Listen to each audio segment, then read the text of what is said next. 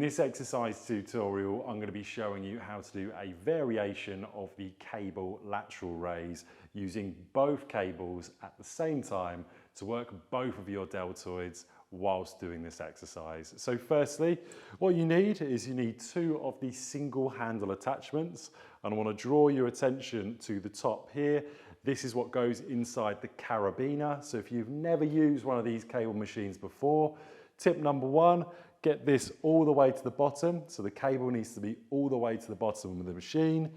From here, unclip the carabiner, pop your single handle attachment in and do exactly the same on the other side. And then make sure that you've selected the appropriate weight for you. If you've never done this exercise before, just start off with the lightest possible weight on the machine.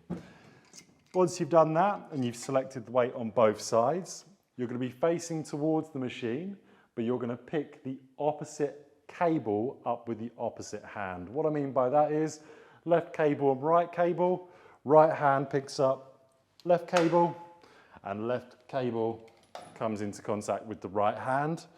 I've got these crossed over each other, so I've created an X. And from here, what I want to do is stand in the middle of the cable machine, slightly back so I'm not going to hit my hands on the actual cable machine. And from here, I'm coming up and slowly back down. So I'm bringing my hands and arms away from the body, breathing in on the way up and out on the way down. As soon as my hands come to my sides, I come straight back up and initiate the next repetition. So you should start to feel this straight away in the deltoids, so your shoulders, and you're trying to keep your elbows in line with the shoulders at all times during the exercise. You can do this both facing towards and also away from the cable machine. That's how to do the cable lateral raise variation whilst working both sides at the same time.